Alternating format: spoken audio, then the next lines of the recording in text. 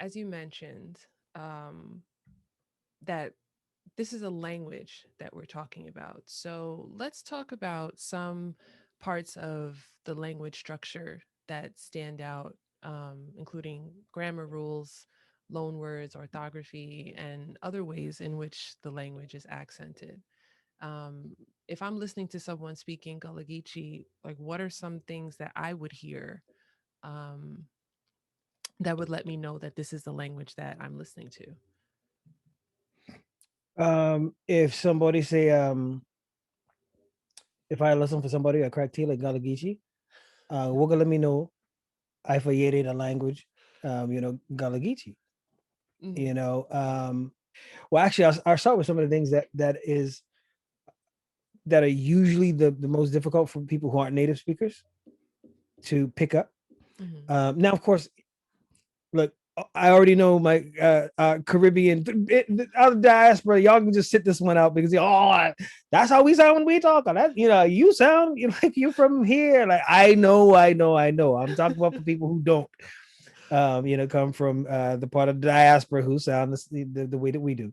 But that being said, is there are common things, like say for example, BEND and BENT, okay, and BEN and BEEN all sound like Ben. Hmm. There, so in that sense, we will drop the D, we'll soften the T, and if I'm saying that, who bent this, and your response is that someone named Benjamin bent it, or that someone Benjamin named Benjamin bent it a while ago. And I say, Ben Benham. Ben Mm. Benham would be that Ben bent it. Well, when Ben Benham, man, Ben Benham. He Ben Bun Benham. Now, in that situation, in that sentence, I'm either going with Ben or Bun. And that's also regional. If certain parts of the region, that Ben turns into a bun. And Mm. I've noticed that the bun is closer to saltwater Geechees, who are people who are closer to the islands in the low country. And as you venture out, you'll start to hear the become an eh. So bun becomes ben. Fush as opposed to fish, are some of the things, the features of the accent. Um, and these are some of the ones that you'll also see, like it's a non-rhotic language, so we drop our r's, and so yard would be like yard. um, and that also pertains to when there is an r, when there is an r in a sentence, we might just either drop the r and double the vowel, excuse me, drop the consonant, double the vowel, so it goes from sounding like yard to yaad, from yard to yard. Mm. But there's also the like, or the like the lot trap, vowels or whatever, where you go from god to gad, and from pot to pat, upon pen, like, is pane, pan it, as in upon it or Mm. on it. And so you hear that happen, and some people might say, well, I don't really notice that a lot in my language. Like, when do we do that? I've done a video recently, and I talked about, um pot pat, switches place, pat pot, can alternate places, and people say, well, I never do that, or I don't do that in my language. I said, okay, all right, well, have you ever heard someone say yeah dang? Like, yeah. I was like, okay, well, that yeah is God. Like, you're going from saying God to God, like that, and that's what it sounds like. Mm. And so, similarly, we will switch out the k percussive sound, like the k, for the g sound. And so you'll hear, like, even with the word Geechee, which is spelled with a K, in its other form of KISSI, is pronounced GEECHEE, because of that alternating the k and g sound. You'll see Mhm. that more prevalently when you hear someone go from, um, you know, like God dang to God dang, and Mm. you hear that g turn into k. And that's something that you also hear alternating between languages like Bohemian Creole English, Bohemian, Bohemian Creole English. Like, and I know a lot of people say you're still saying Bohemian. No, I'm not saying Bohemian like Bohemian Rhapsody. I am literally saying Bohemian, but in our language, the ah sounds like a o sound. So it sounds like I'm saying Bohemian, and the Hamian is a he Mm. sound. So it's the accenting to go from Bohemian to Bohemian, because when you hear somebody say "mama," that's your mama house, as opposed to is that your mama's house? You know, is that whose box is that? Who box that is? Mm. So when you go Bahama, Bohama, box, box, it's Mm. in the accenting, and you'll still hear words like bunky and bungy are the same word. The only difference is like the G and the K in the middle of it, but it's literally the same word. And some people say, oh, it's almost the same, or it's different words, but kind of similar. Like, no, no, no. It's literally the same word. We just enunciate them differently in different regions. And that's not like some sort of coincidence. We have these forms, these words in our language in common, because we literally have shared ancestry, like shared lineage. Like the when I say lineage, I don't mean just like generally speaking. I mean literally the people from this region were transported to another region and took their language with them. After the Revolutionary War, we have loyalists who leave the Low Country and colonies and take and our abducted ancestors with them to the Bahamas, and with them they bring their language. And you also have people in the Caribbean who are being brought from the Caribbean to the Low Country, and so you have. It's kind of like the chicken or the egg thing. Like, so does that mean that our accent came from here and went to there, or went from there to came to here? Like, that, don't do that. Mhm. You know, um, but it's been cycling back and forth for generations, to the point where when people finally hear Gullah Geechee people talk, people from Guyana and people from the Bahamas and Barbados and all of them say, "Man, you sound like you local, boy. You sound like you sure you ain't from around yet." No, well, yeah, technically no, but what you're hearing is not a figment of your imagination. Right. And it's so funny because I mean, I told you this before we started recording, but my mother's family is from the Bahamas. So when I first came upon your content and I listened to you talk and I listened to your accent, I was just like, yeah, he sounds Bahamian. Like it's Yeah, just I hear it so much. And that's probably why I'm always like smiling because I'm like it's a familiar accent to me and it makes mm, me like, oh, it's like right, um but I want to ask you as far as and I let me before I go further, I want to say that from what I've noticed, I've always heard people say like Bahamians sound completely different from their Caribbean neighbors, right, and they're just the accent is kind of in a way like how Bayesians sound so different from like everybody else. And I really hate when people do that like generic fake Caribbean yeah man right, right. accent, and it's just like Yeah, it doesn't really encompass all of us, and the island differences and the regional differences are so strong. But I do hear such a strong correlation. Like if I didn't know that you were that you were Gullah Geechee, I would say, okay, he's Bahamian. It's right. it's cool. Um, but I want to ask you, I guess, where do you see the similarities specifically between Gullah speech and language outside of the Bahamas, as you already discussed, but like, where do you see those correlations in other parts of the Caribbean? It's literally throughout the Caribbean, even in Jamaican patois. Some people, I think, people who are not Caribbean and are not familiar with the languages, when they hear somebody from Charleston talk, the first thing they say is, "You Jamaican," because they ain't really familiar with the Jamaican accent, Hmm.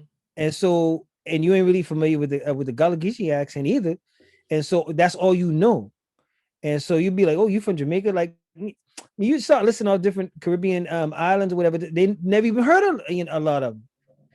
You know what I'm saying? And so they just go with the first thing they ever hear. Like when people say, "Oh, you sound like you're from Africa." Really? Which part? Well, I ain't know what part. I don't know which part you sound like you're from, but you just sound African. know, Africa's a whole continent. I can't sound like I'm from the whole continent of Africa. You know, so people just they go with what they know, and so they just ask you like, oh man, most people can't tell the difference between a Scottish or Irish or British accent, like or Australian accent, so or New Zealand for that matter, like so they Right. just round it off to whatever sounds the closest to the thing that they heard before that sounded different. um but the people who speak the language know.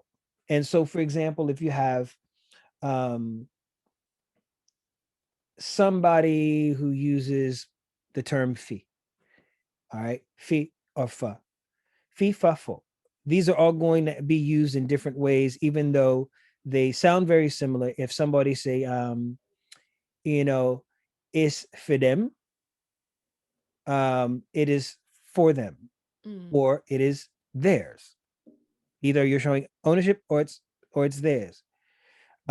If you're saying um, is for true, and somebody saying that is true, that is the truth for them.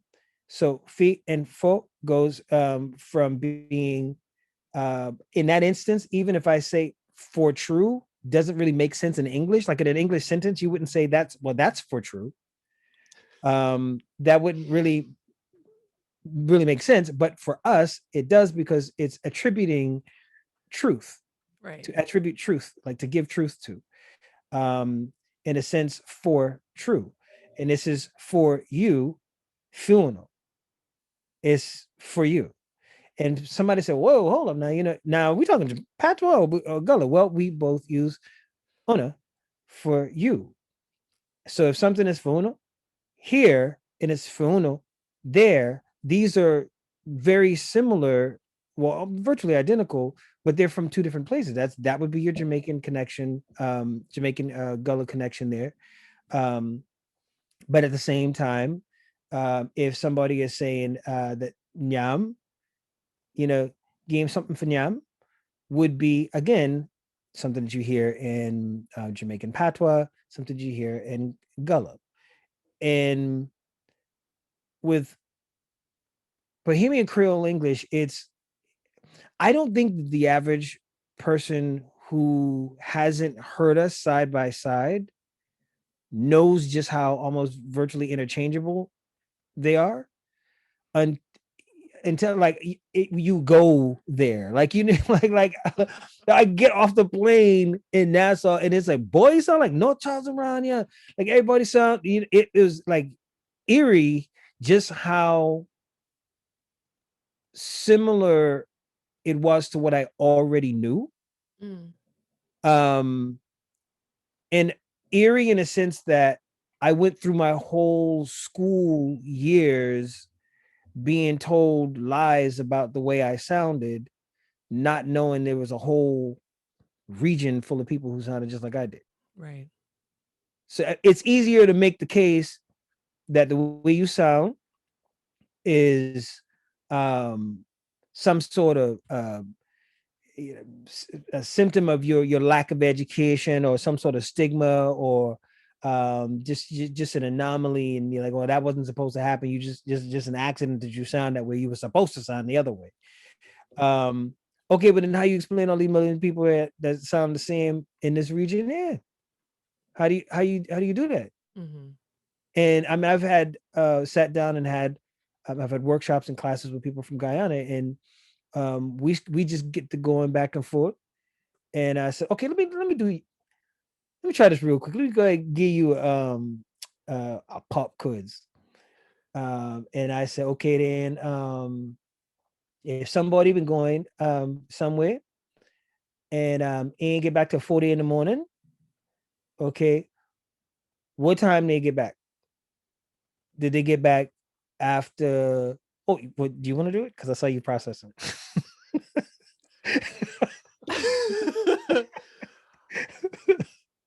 Yeah, let me take a guess. I'm, you know, okay. Okay, So, what time is 40 in the morning? oh man, I feel like it's not a time. What time would that be? Yeah, what will be the block of time? I would say between midnight and sunrise. You're technically correct, technically, except that closer to sunrise would be day clean. Mhm. That would be like at the break of dawn would be day clean. 40 in the morning would be after midnight, usually around like say 2, 3, 4-ish, not quite sunrise. It's the witching hours, the wee hours of the night. Oh, okay. And night would be evening, just night. It wouldn't be night. It's like just scrap night would be evening. So when somebody say they can see you this evening, that means that they're going to see it this at night. So if somebody says evening, evening, evening, that's this evening or good evening. Right. But and that's in your nighttime. And 4 day in the morning will be late after 12, like well after 12. So somebody said, don't be coming around in this house here on 4 day in the morning now. That means you better not be into this house like well after midnight, around 2, 3 o'clock. Don't do that. But if somebody say you gotta have be up around come day clean, that means that by the time 5, 5, 6 ish come, you need to be up and out already Right. before by the break of dawn. And then of course there's morning and as well. And so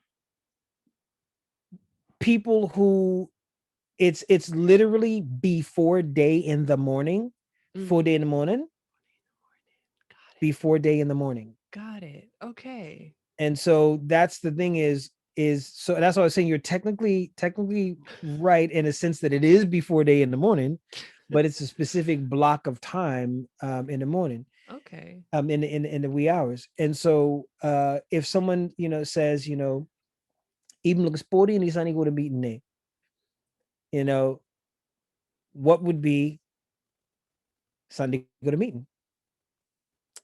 I've heard that phrase, but I never knew what it referred to. Your best attire, your best clothing, Okay. because people from praise house culture associate going to church with wearing their Sunday best, so to speak. Mm. Okay. And so Sunday go to meeting would be your Sunday best or the best clothing that you have. So if somebody see you been looking sporty, that means that you were looking really good in your very nice clothing. Oh man. And so a lot of the language and a lot of the phrases come from things that you visualize, like you see something happening, and somebody say, well, you had a half a cup of Kool-Aid and now you got a quarter cup of Kool-Aid when you get back, Mm. and ain't nobody drink your Kool-Aid. Okay, then I we I can stop that dog from sucking eggs. So you put out some Kool-Aid with no sugar in it. You about to see who been drinking your Kool-Aid, because somebody could be like, yeah, Kool-Aid nasty. See there, I catch you, I catch you. So but if you say I can stop that dog from sucking egg, and sometimes stop wouldn't even have the answer to be, I could stop that dog from sucking egg. It means that I'm going to put a stop to this thing that is happening, this undisclosed sort of thing, and that's a farm reference, Mm. because dogs would sneak into the chicken coop and steal eggs on the low. Oh. Sometimes they would be smart enough to know better than to eat the chicken, but they'll still eat the egg. And so that's essentially you saying that I'm going to put an end to this thing that is happening, um, you know, uh, d- under the guise of secrecy. You're going to Mhm. expose a thing. Okay. And so those are some of the like the colloquialisms